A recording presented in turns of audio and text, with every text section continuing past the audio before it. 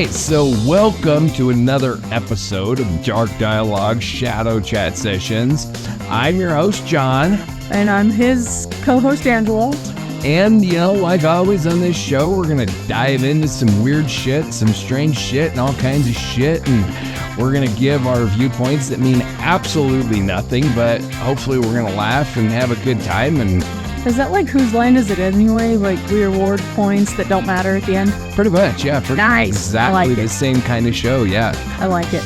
Yeah. All the points are made up and nothing matters. Yes. Something like that. Yeah. Yeah. Yeah, that pretty well fits this. So, yeah. With that, are you ready to dive in? Let me get my life jacket on and get your life jacket, and here we go. So, don't want to drown. Starting out with our strange headline segment.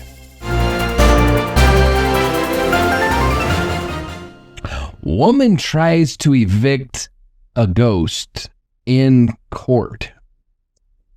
So, a woman in Savannah, Georgia filed a formal eviction notice against a ghost that she claims has been haunting her attic for a decade.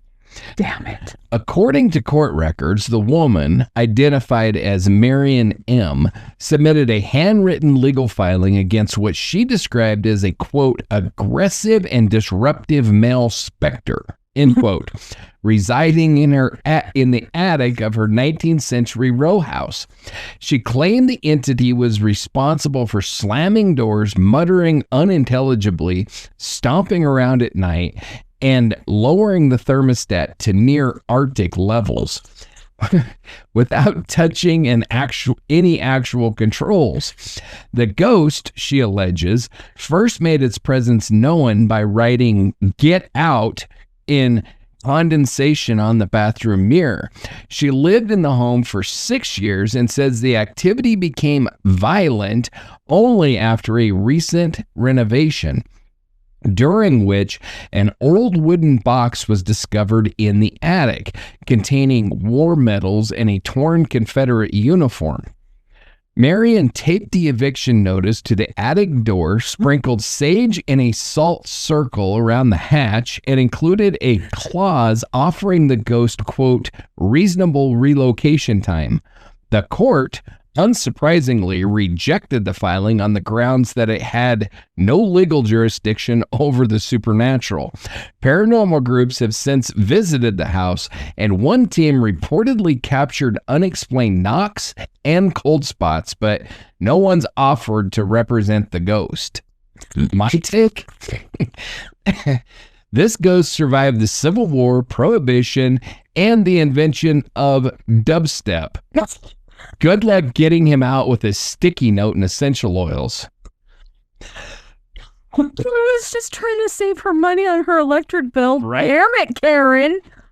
So, if the ghost had signed a lease, is it entitled to tenant protections?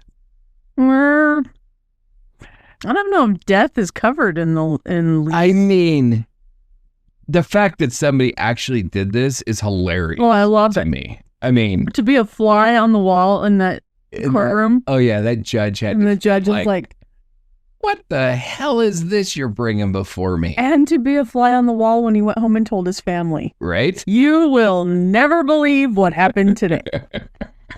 Yeah. So should a supernatural small claims court be a thing? I think so, and we should get Casper and Slimer. Casper and Slimer, yes. Casper when it passes, Slimer when it's a no. There you go. I'm done. So, would a ghost respond better to a lawyer or to a priest? Probably better to a ghost hunter. Let's send Zach. You know, that listening to the story, it sounds like a legit haunting. Seriously, it does. It doesn't sound like somebody and she's probably at her wit's end, but I mean, what do you do? I don't know what the hell you do. I don't think anybody knows what the hell you do dealing with something like this shit. I don't know, man. Honestly, I would enjoy the cold spots. Yeah, I mean, I don't know. This one goes. Bring it over here. That one goes a little far for me. Like, if it's right and Get Out on the freaking bathroom mirror and it's shit. The same old story. They all do that. I never seen. I'm not even shocked by that. I'm not saying I'm shocked by it, but what I'm saying is, while I've said that I wouldn't mind a ghost necessarily, if it's doing this kind of shit, I'm out. What if it's hitting microphones while you're talking? I'm out. John's leaving. I'm out on myself. Next, we've got our conspiracy corner. Waffle House as an Illuminati surveillance hub. What is going on? With Waffle House? Exactly. A lot, apparently. So a growing internet theory claims that Waffle House isn't just a Southern diner chain, it's a front for elite surveillance and occult rituals. This conspiracy, mostly found in the underbelly of TikTok and a few half-serious Reddit threads, suggests that Waffle House locations are positioned in a geometric grid across the southeastern U.S., forming what believers call, quote, the hash brown matrix. According to the theory, the floor plans of each restaurant contained encoded signals used in mass psychological conditioning, and the 24-hour operating schedule allows the Illuminati to monitor regional behavioral patterns in real time. The ever-present chaos at Waffle House, like people with pitchforks and shit like that. Seriously. Fights, meltdowns, and impromptu sermons are supposedly stress tests used to measure how average citizens react under pressure. It's even claimed that certain menu items are code words. Scattered, smothered, covered. Isn't just about hash browns, they say. It's a command protocol for mind control agents. Adding to the suspicion, Waffle Houses are among the first establishments to reopen after natural disasters, suggesting to the conspiracy crowd government-level resilience. One theorist dubbed them, quote, chaos outpost masks in cholesterol, end quote. My take, if the Illuminati really are using Waffle House to watch us, they've seen more bare feet, drunk sobbing, and pantless karaoke than anyone should have to. Lego my ego, man.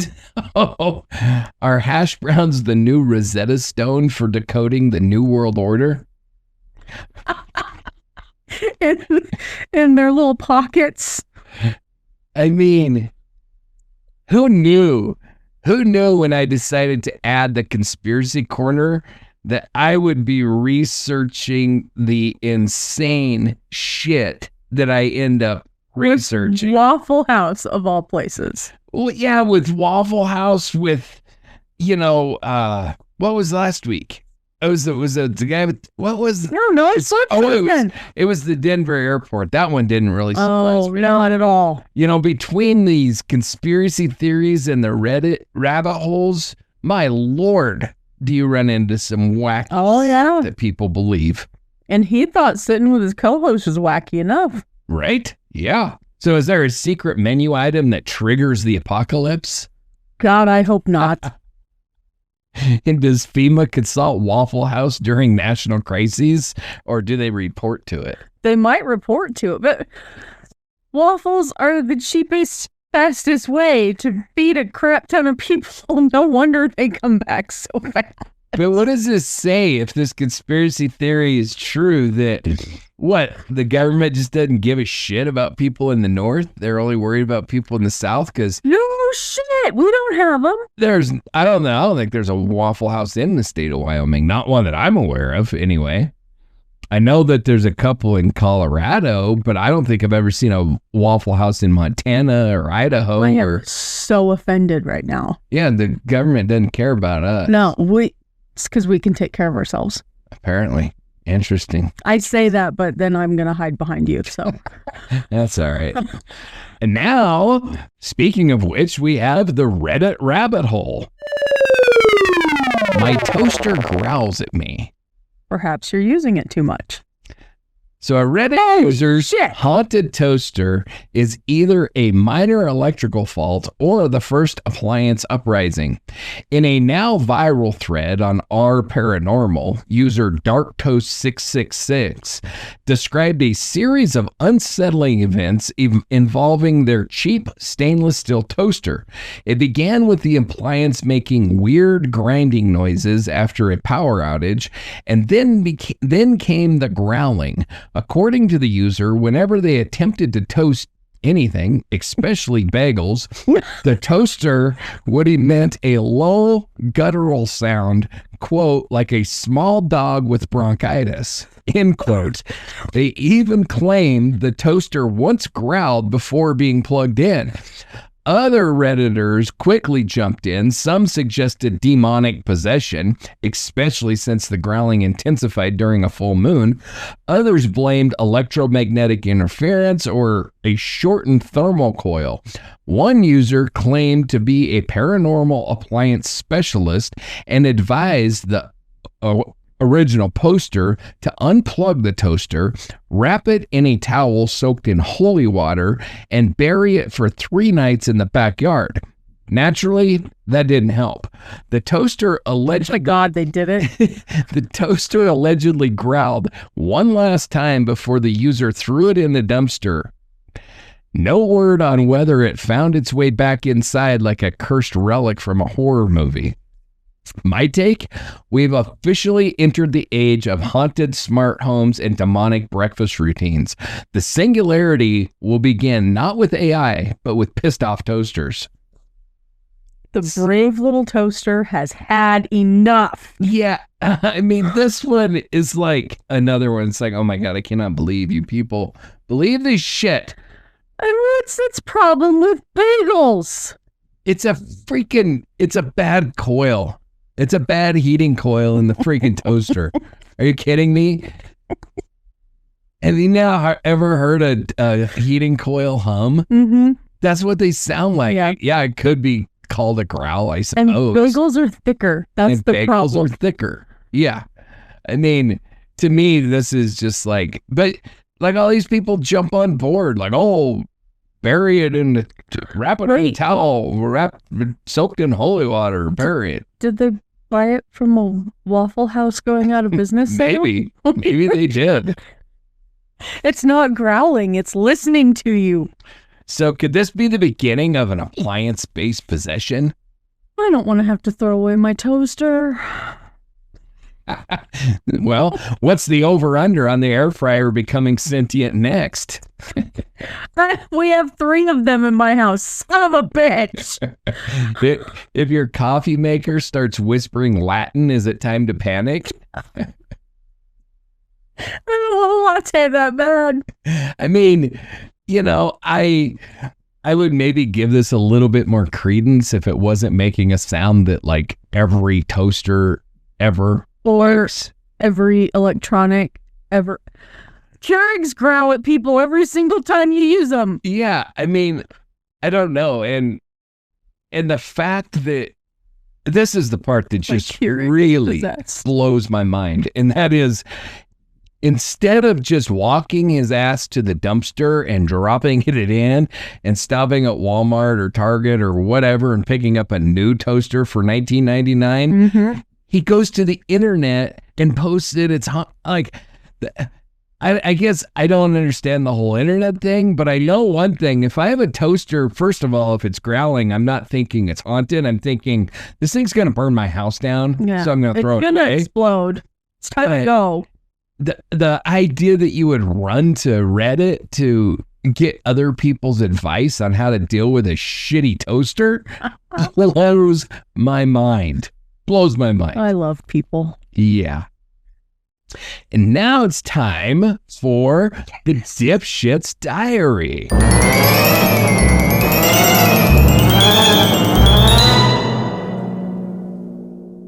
Dipshit Diaries. Florida man tries to steal an ATM using a lawnmower. Of course. So, Florida man returns, and this time he's dragging a full-size ATM with a lawn tractor. In Ocala, a man John was... Deere or Bobcat? I don't know. I Damn don't it. know.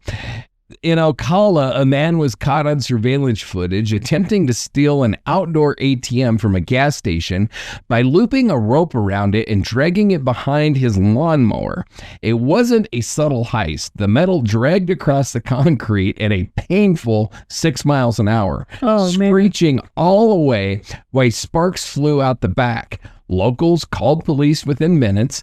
The man made it exactly 2.5 blocks before officers arrived to find him chugging a Mountain Dew and chewing on a Slim Jim, still seated on his mower. He offered no resistance, just pointed at the ATM and reportedly said, quote, "It was stuck. I was trying to help." Authorities found tools in the backpack labeled "Get Money Plan," along with a half-used can of WD-40. So, my take, this is what happens when your Ocean's 11 reboot is directed by Larry the Cable Guy. Get her done. So, was this a Grand Theft Auto mission gone tragically real? It followed me home. Can I keep it? I mean, so... I was in Colorado and my girlfriend and I were just getting ready to go to bed, and we hear this god-awful racket from outside. And so I run out there to see what the hell's going on, and there's this group of guys breaking into an ATM right across the freaking street. So obviously I called the cops, and not worth me getting involved. Right. So I called the cops and I'm like, yeah, so there's a situation you might want to take a... So these lunatics stole a freaking ATM and then drove it to this parking lot they put it in the trunk of a car. So they pulled up with it hanging out of the back of the car because you can't fit a freaking ATM in the trunk of a car. Yeah. And then they tried to break into it, which if you've ever seen Breaking Bad. Oh, yeah. Mm-hmm. Yeah. So I used to install ATMs. I did the electrical for ATMs. Let me tell you what, you're not breaking into them freaking things. Not easily. Maybe a cutting torch would get your ass in there, but I mean, they are built, obviously. It's certainly not in public. Absolutely not in public. But even if you steal one, you're probably going to end up like the meth head in Breaking Bad, and it's going to fall on your head and kill you because the thing is built like a safe. I mean, first of all, they're heavy as hell. Yeah. Because the walls are thick, just like a big ass safe is. So isn't it going to record you the whole time? Don't they all have surveillance cameras? They all do have surveillance, but once you get the thing ripped off the deal and drag it away, then it's not connected to electricity anymore, so it's not recording. But still, you're not getting into the thing. The dumb shits that I discovered, they tried and tried and tried, and they ended up leaving the ATM there. They didn't get caught. The cops didn't get there fast enough, but matter of fact, the cops, I called them 3 times and was like, are you coming? Yeah. And no, they never showed up, or they didn't show up for 3 hours or something. So, but the idiots still couldn't get into it. They ended up leaving the ATM right there in the parking lot across the street because they couldn't break into it. Because you're not easily breaking into one of these things. I mean, it takes some heavy equipment to get into an ATM machine. So if you're thinking of stealing one, don't. So should John Deere start issuing not for crime disclosures? Do not drag ATMs with this piece of equipment. Fastest speed 6 miles an hour. And this next question is so spot on, and I want you to explain why it's so spot on, and that is, why does every Florida man story sound like a Mad Lib? I mean, what is it with that place? I don't know. Some of the craziest shit ever comes out of Florida. Floridians, please explain. We would like to understand. Yeah, I mean, maybe it's like the snowbirds that moved. I don't know what it is about Florida, but it brings the crazy out. It's Disney. You don't like Disney. It's Disney saturating. That makes a lot of sense. The fact that Florida allowed Disney to be built there Well, so did really California. makes me, well, we all know about California. I already knew about California, but the fact that Florida allowed Disney to be built there really makes me question their sanity. Oh, some people don't despise Disney as much as you do. I don't understand that line of thinking. I'm sorry, but it's true. Yeah, I'll never understand. I'm moving this, so forgive me if you hear noise. So next up, we have New Jersey man robs a convenience store with a banana. We're moving up. So this is the actual dipshit. He held a banana under his shirt like a gun and demanded money. Moments later, he ate the evidence. In Philadelphia, a man casually walked into a convenience store, stole a banana from the counter, and moments later attempted to rob the cashier using the fruit as a fake firearm. He jammed the banana into his front pocket of his sweatshirt, pointed the bulge at the clerk, and yelled, "Give me the money or I'll shoot you." Fearing it was potassium. Fearing it was a real weapon, the clerk handed over an undisclosed amount of cash. The man fled the store but was caught on surveillance footage just outside, nonchalantly unpeeling and eating the banana while waiting at a nearby bus stop. Police later released the video to the public, which went viral for obvious reasons. The suspect was arrested shortly after and charged with robbery and theft, though it's unclear whether the banana was held as evidence or digested on site. My take, if your weapon of choice can be eaten mid-getaway, maybe rethink your criminal strategy. So, should bananas have to be kept behind the counter like Sudafed? Yes. Apparently. Apparently now they do. So, can eating the weapon be considered tampering with evidence? 100%. I think so, for sure. And to your point, was this man's greatest threat potassium overdose? I think so too. Although they have discovered that there isn't as much potassium in bananas as there used to be. Ironically, I was just going to follow up with that exact fun fact. Great minds. You are correct. Yeah. Bananas just aren't that great of a source of potassium after all. Not anymore. Well, I don't think the bananas have changed. I think no, they have. The bananas have changed. Yes, they've genetically altered the bullshit so much that. Well, that doesn't surprise me. Okay, so then we have woman arrested for calling 911 because her cat ignored her. And her cat called PETA shortly thereafter. A woman made 3 emergency calls in one night because her cat wouldn't cuddle. She was not, in fact, in danger. So police in Oregon responded to multiple calls for a woman who claimed that she was experiencing an emotional emergency because her cat was, quote, withholding affection and, quote, seemed distant. On the 3rd call, officers visited her apartment to conduct a wellness check. The woman admitted that she wasn't hurt, but, quote, just felt like the cat didn't love her anymore. Officers found the cat lounging on a windowsill, allegedly indifferent to the drama. The woman was arrested for misuse of emergency services and issued a warning about further non-urgent calls. The cat remained uncuffed and unmoved. My take, the cat's only crime was being a cat.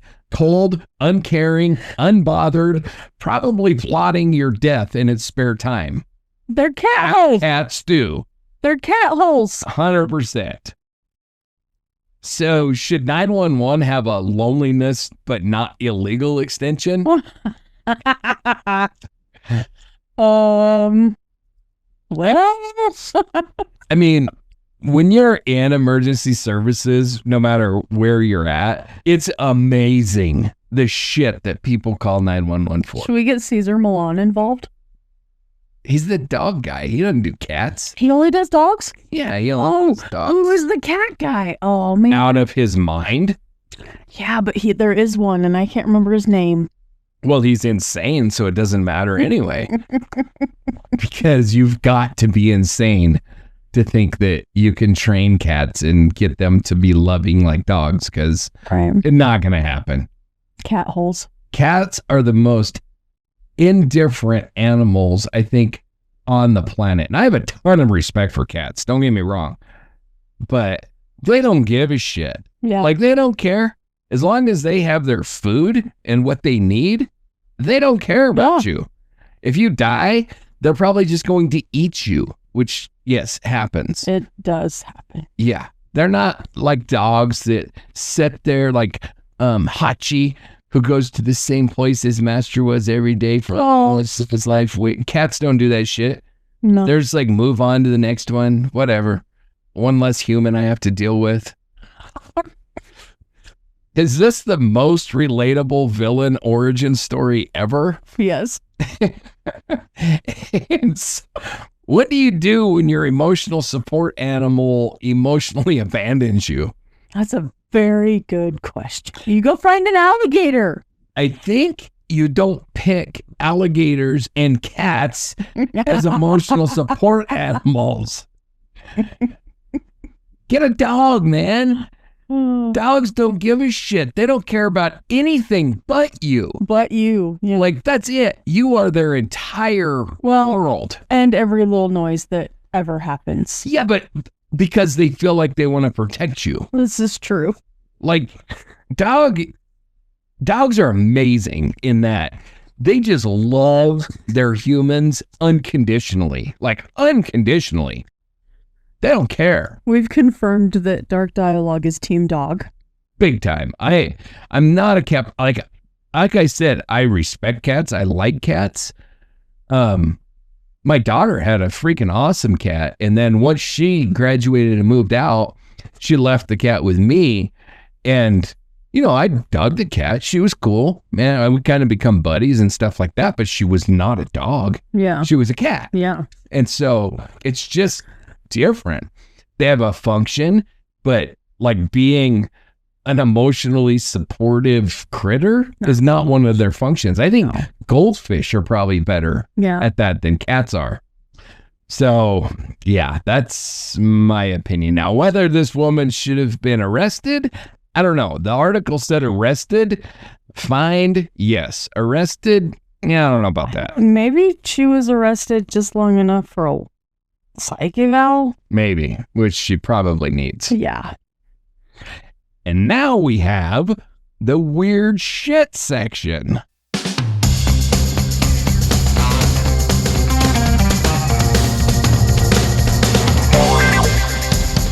Weird shit. So the town that changed its name to Truth or Consequences. Are you familiar with this one? No, but I'm not going there. Oh, it's a kind of cool story, actually. So an entire town in New Mexico renamed itself after a radio game show, and has no regrets. In 1950, Hot Springs, New Mexico agreed to change its name to Truth or Consequences as part of a publicity stunt by NBC Radio. Host Ralph Edwards promised to broadcast the show's 10th anniversary live from any town that would take on the name. Hot Springs took the bait, renamed itself, and hosted Edwards for decades of annual visits. Today, the town of about 6,000 people still goes by Truth or Consequences and holds an annual fiesta with parades, food vendors, and Truth or Consequences trivia. And yes, the Hot Springs are still there, just hotter now that they've been forever linked to an early version of Fear Factor. My take? It's like if Wichita rebranded as Wheel of Fortune just to get Pat Sajak to drop on by. So, what is the price of civic identity in marketing dollars? I don't know, but I would like to know if it changed. I mean, this is a crazy story. It really is. And it's one I've been... Tourism did bump. Probably did. It probably helped the town. I mean, I don't know. I think it's kind of cool. I don't see a problem with it. There's a gazillion hot springs out there in this country. There's probably a few different hot springs, New Mexico's. We know for a fact there's different hot springs of whatever. Yeah. There's no other truth and consequences towns. I think that's a very unique one. Yeah. So. Okay, I changed my mind. I might go there. Could we convince a town to become Dark Dialogue, Wyoming? Let's do it. New York or whatever the case may be? I like that. That's our next project. We got to start finding little towns that, yes. And then should other towns follow suit, like OnlyFans, Missouri? I don't know if Missouri could handle that. That seems like a Nevada, Sin City sort of thing. You think so? Yeah. Yeah. That's more Nevada, California, even New York. OnlyFans, New York. Really? LFNY. Rolls right off the tongue. Okay. Nobody's hiring me for their tourism boards. I'm telling you that. So next we have the man who lived with a bear voluntarily. A Russian man and his 7-foot brown bear lived together peacefully for over 2 decades until the bear got grumpy. Oh, jeez. Stepan, the brown bear, was adopted as a cub by Russian couple Svetlana and Yuri Patalenko after he was orphaned by hunters. They raised him in their suburban home, feeding him porridge, fresh fish, and sweetened condensed milk. The bear, yes, a literal bear, reportedly watched TV with them, cuddled on the couch, and even helped with gardening, mostly by flattening the plants. For years, the trio appeared in documentaries and posed for photo shoots, but not everything was Disney perfect. Neighbors complained about the smell. The cost of feeding Stepan became astronomical. Imagine. And the sheer liability of living with a bear made insurance nearly impossible. After 23 years, a minor incident where Stepan allegedly growled at a pizza delivery guy sparked safety concerns, and authorities intervened. The couple was forced to relocate the bear to a wildlife sanctuary where they still visit. My take? This is why you don't adopt something that can maul you faster than you can say bad bear. So is this the most Russian thing ever done? Probably not. It probably includes vodka, the most Russian thing that was ever done. Probably feeding the bear vodka. You know, I had a buddy who, unfortunately, he passed away, but he was in cow camp up in the Bighorns, and he tamed a black bear. Not as a cub. He made friends with an adult black bear, and he had this thing where he could step out the cabin and holler, and that bear would freaking come running and come up and eat out of his hands and stuff. It was the craziest freaking thing I've ever seen. Oh. I don't know how he did it. I mean, he lived in cow camp up there all by himself, and he just made buddies with this bear. Was the bear his emotional support animal? His bear was his buddy, for sure, man. Did he name it? He did. I can't remember what it was. I can't remember. I mean, Mark Paul was like one of the most unique characters I ever. So I saw him one time, and he had his hand all bandaged up, right? Both his hands. And I said, "What the hell did you do?" And he said, "Well, I made these bombs. Oh, no. I lit it, and it went off before I could throw it." And I said, "So what the hell happened to the other hand?" He said, "Well, I thought I could fix the problem." And so he did it again. So that was Mark, man. He was such a cool dude. I mean, he's one of the most favorite people I've ever known in my life. He was just freaking cool. Wow. And unfortunately, he died in a car wreck, but he tamed a bear. Legit. I saw it with my own eyes. And like I said, he didn't catch it as a baby. He somehow tamed an adult. It was a black bear. It wasn't a grizzly, but still, it was. Bears a bear sometimes. What's that? I said a bear is a bear sometimes. You know, bears are freaking cool, though. I mean, when I was on a ranch, I managed a ranch up in Montana, and we had stock tanks all over the ranch. Mm-hmm. I mean, it was 50,000 acres. It was a big place. And on those stock tanks, we used float balls to shut the water off and turn it on. So just think of like the ball in the back of your toilet, only bigger. And you'd come along and those bears loved those balls. And they would sit in those stock tanks and they'd rip the ball. It just drove me freaking crazy. But they ripped the ball off the little thing and then they'd like throw it in the air and sit there and play with it. And, you know, you think of like the bears in the circus. That's just normal bear being bear.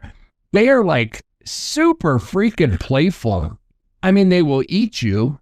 Yeah. Yeah. You know, they'll kill you After with they like play one with you. swipe, but they're very playful. They're like, so I could see how with enough patience, and Mark had lots of it, how you could coax a bear into becoming your friend. Okay.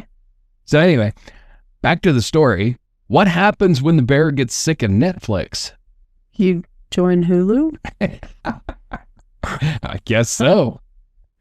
And can you put Bear Dad on a resume? Yes. I think you should be able to. I I think think you that should. says a lot about Mhm. you, actually. I'm patient. I'm tenacious. Fearless. Fearless. Yeah. All right. Next, we have the vanishing island that appears every 20 years.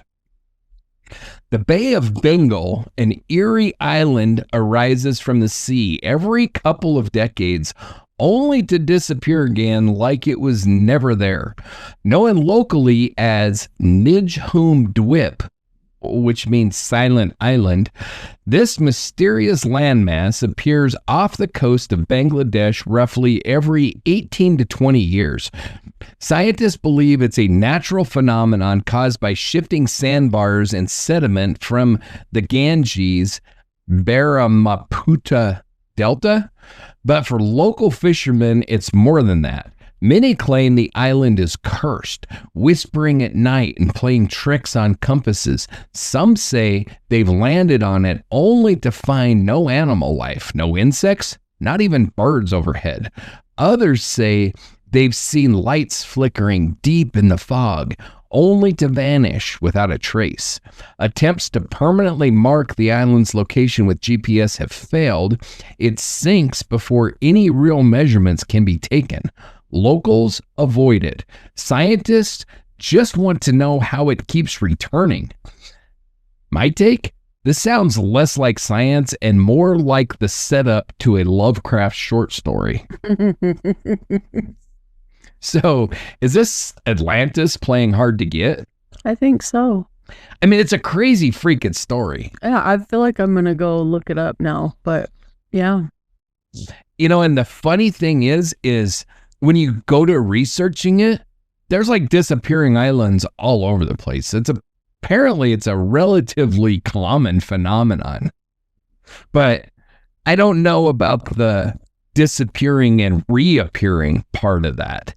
Like the disappearing part seems like it's relatively common, but I don't know about like the whole reappearing. Wouldn't it just be high tide and low tide? Right at this, high tide and low tide is a daily thing. It doesn't take 20 years. I don't know. I don't know how it could only appear and I mean, disappear. it is the ocean. We don't know what they're doing. We don't know. The turtles got tired. Maybe. They're sick of holding it up. So should Google Maps be allowed to say, maybe? Absolutely. I agree. Would you set up camp or nope out immediately? I have questions. I always have questions. Am I alone? How big is the boat? I mean, to me, there ain't no way I'm setting up camp on this thing. So if you're looking at me to protect you, you're out on this. Basically, that's the only one. Because I ain't gonna freaking set up camp on an island that might disappear underneath me. I don't mean camp. Well, I'd hang out on a boat outside of it just to see Ah, if the boat was big enough. Like, I don't want any little dinky ass boats, but Yeah, I don't know, man. I don't know if I want to, I don't know. Because, I mean, you know, it doesn't surprise me. It doesn't creep me out that there's like no animals on it. Of course, there's not animals on it. It's going to disappear. There's no time. Animals know better. Birds, though, that's interesting. How far away from the next landmass? I don't really know. I don't think far. Because you'd think birds would at least. You would think so. But, I mean, I don't know. I just pulled this picture. I don't think bugs don't care. Bugs go everywhere. Actually the picture, because an island that's only appears every 20 years isn't going to have any vegetation on it. I'm sure it's just dirt. It's just sand. There's no trees. There's no nothing. There can't be. I don't buy that there's no bugs. Bugs are everywhere. Bugs don't care. Well, flying insects, I mean, I guess I don't really know. I've never been out in the middle of the ocean. Yeah. Are they away from land? I mean, I doubt it. I don't know either, but they would have to fly nonstop all the time. Not all bugs fly. Well, they're certainly not crawling in the ocean. You don't know. Swimming bugs, maybe, but crawling ones, no. Sea skippers. Are they technically insects? I think, I don't know. I don't really know either. I would call it a bug.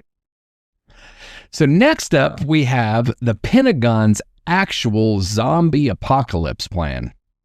So the U.S. military has a real declassified zombie apocalypse plan. Not satire, not a drill. It's called CONOP 8888. And it's real. Drafted in 2011 by military strategists at U.S. Strategic Command, CONOP 8888 is a contingency plan outlining responses to a variety of zombie-based threats. The document categorizes several zombie types: pathogenic zombies, radiation zombies, evil magic zombies, seriously, and chicken zombies. The result of improper poultry disposal. While the plan has never intended to be implemented, it was used as a training tool for military personnel to practice logistical operations, containment strategy, and cross-agency coordination without politically sensitive overtones. It reads like a hybrid of The Walking Dead and a logistics manual, complete with detailed troop deployment strategies, humanitarian response protocols, and what to do if major cities fall to the undead. Military brass claimed that it was meant to be fun and educational, and probably in that order. My take? You sleep soundly tonight because someone at the Pentagon took "What If Zombies," though, very seriously. Yeah. So, who was the unlucky soul who had to present this to their boss? It would have been me. I'd have been voted the one. So, I mean, this thing, I don't know. Have you heard about this before? No, I haven't. It has it has fueled conspiracy theories ever since it popped up. If the government was doing something fun, which the government is not known for fun, so I don't know. But I don't know what brain surgeon thought this was a good idea. Yeah. Or the darker side of it is they think it's a possibility and they really wanted to train and prepare for it. Yeah, that I don't like. And they just say, just like Roswell was a weather balloon, they just say that this was just a fun way to practice. What are in those vaccines? Yeah. Yeah. Moving on. So why are the chicken zombies the scariest part of this story? Oh, shit! Because you don't know what a chicken will do. Right? They're unpredictable.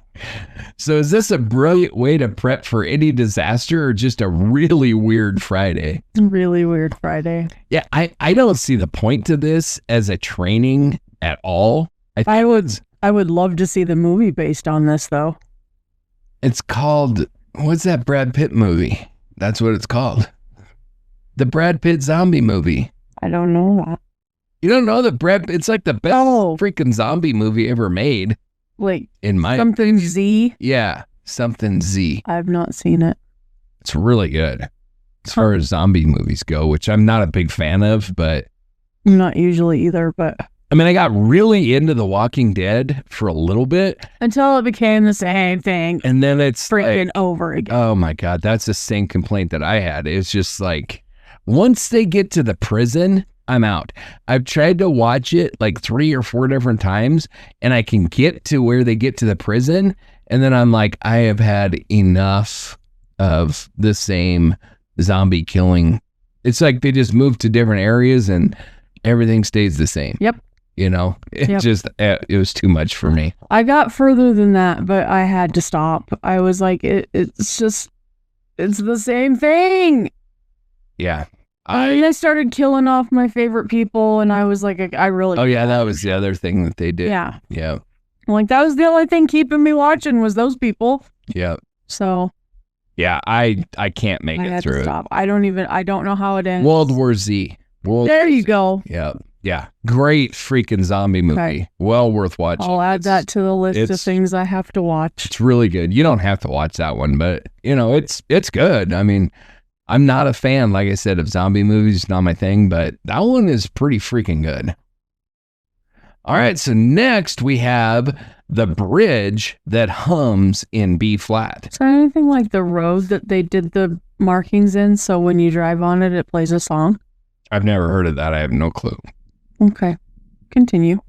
The Anzalduas International Bridge between Texas and Mexico hums constantly at the exact pitch of B flat, and no one knows why. Located near Mission, Texas, the Anzalduas International Bridge spans the Rio Grande and connects the U.S. to Reynosa, Mexico. During certain wind conditions, the bridge emits a haunting, low-frequency hum, so distinct that musicians have confirmed that it resonates in the perfect B-flat tone. Engineers believe the sound is caused by wind passing through the steel guardrails and expansion joints, creating what's known as an anhelonian tone, similar to the hum produced by blowing across a bottle. But while the mechanics are known, the pitch's consistency and eerie quality have sparked theories from plausible acoustic resonance to the bonkers, government mind control experiments and sonic testing zones. Some residents nearby report trouble sleeping, while others claim they can't hear it at all.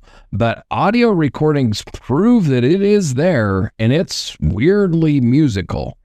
My take, if a bridge starts humming and no one's around to harmonize with it, is it lonely or just vibing?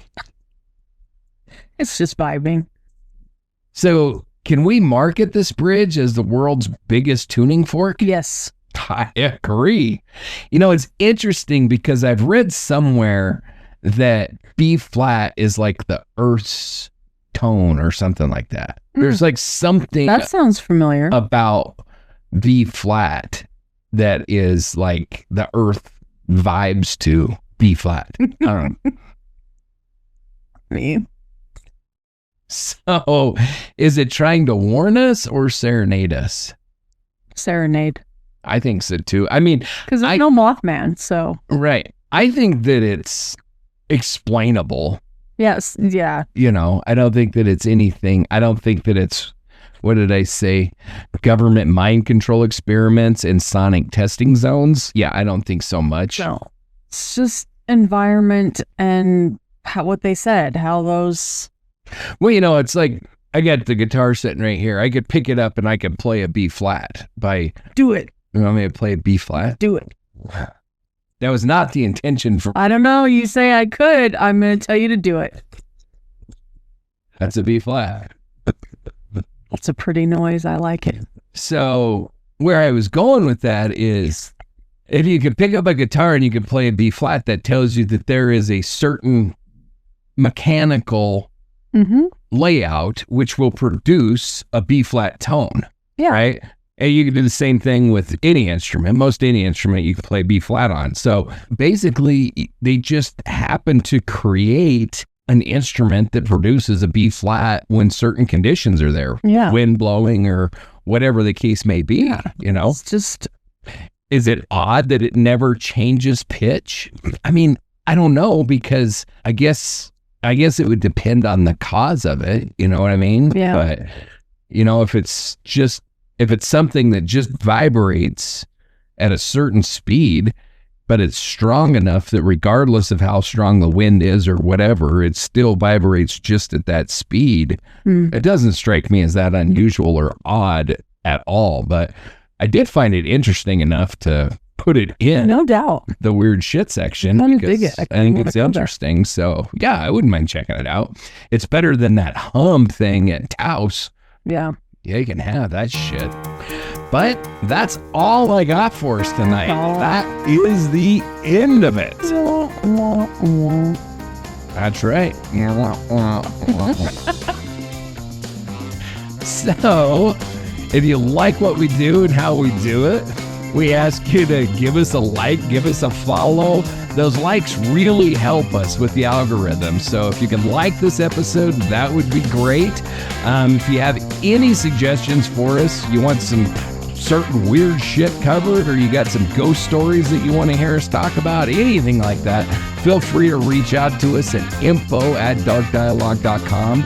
And that's also where you can find our more serious shows, Dark Dialogue, the main show, Dark Dialogue Rocky Mountain Reckoning, where, you know, we get a lot more serious and talk about some true crime and some truly awful things, which is the reason that we started this show, just so we could lighten up a little bit and decompress. So, but feel free to check out our other shows there. And yeah, that's all I got. You got anything? No, I got nothing. All right, so thanks for joining us, and have a wonderful day. Good night.